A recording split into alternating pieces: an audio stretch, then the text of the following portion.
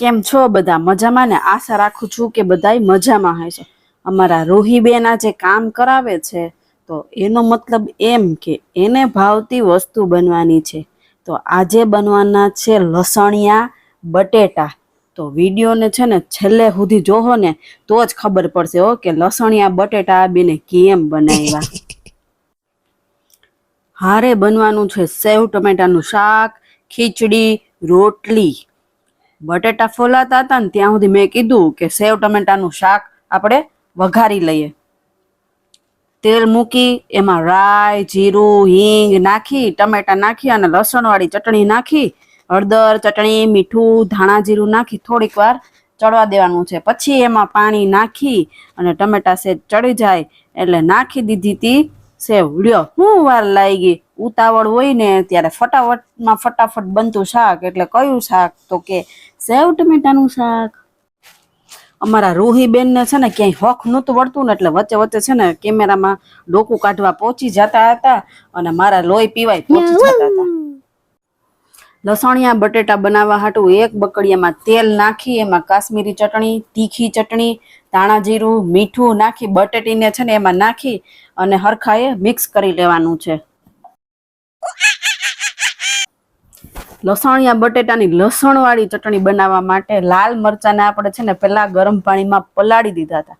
હવે પલાળેલા લાલ મરચાને અને લસણને છે ને પીસી નાખવાનું છે. હવે એક બકડિયામાં થોડુંક તેલ મૂકી આ પીસાયેલી ચટણીને છે ને તેલની અંદર નાખી અને હારી પાટ છે ને હહળવા દેવાની છે. હહળવા દેવાની એટલે કે એમાં જ્યાં સુધી તેલ છૂટું ન પડે ને ત્યાં સુધી એને પાકવા દેવાની છે. જો તમને ચટણી ઓછી લાગે તો એમાં તમે ચટણી નાખી શકો છો, પણ જો સહન કરી શકો તો. જો પાછી એક વાત કહેતા ભૂલી ગઈ, આ ચટણીની અંદર છે ને મીઠું નાખવાનું છે. મને હાડું રહીને યાદ આવ્યું, પછી મેં એમાં નાખ્યું હતું થોડુંક મીઠું. ચટણીમાંથી તેલ છૂટું પડી ગયું છે. હવે આ ચટણીને છે ને આપણે ઓલી નાની નાની બટેટી નહોતી એમાં મિક્સ કરી અને ધીમા ગેસે 5 મિનિટ સુધી ચડવા દેવાની છે. કેમ પણ લસણિયા બટેટા જોઈને આવી ગયા ને મોઢામાં પાણી? તો વાંધો નહીં, પાણીને છે ને તમે પી જાઓ.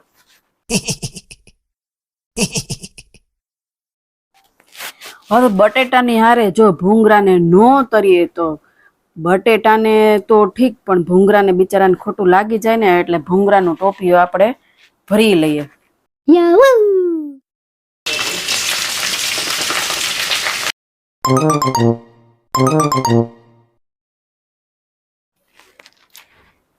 કેમ પણ દેખાવમાં તો બાર રેકડીમાં મળે એવા જ દેખાય છે ને લસણિયા બટેટા.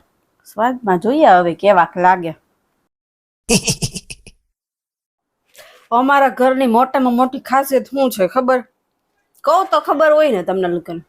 રસોઈ બની જાય ને એટલે અમારા ઘરમાં બધાયને તરત જ ભૂખ લાગી જાય. લસણિયા બટેટાની ડીશ તૈયાર કરવા માટે આપણે એક થાળીમાં બટેટા લઈ એમાં ઉપર છાંટશું સિંગ, ઝીણી સેવ, ઝીણી સુધારેલી ડુંગળી અને લીંબુ વગર તો લસણિયા બટેટાની મજા જ ન આવે.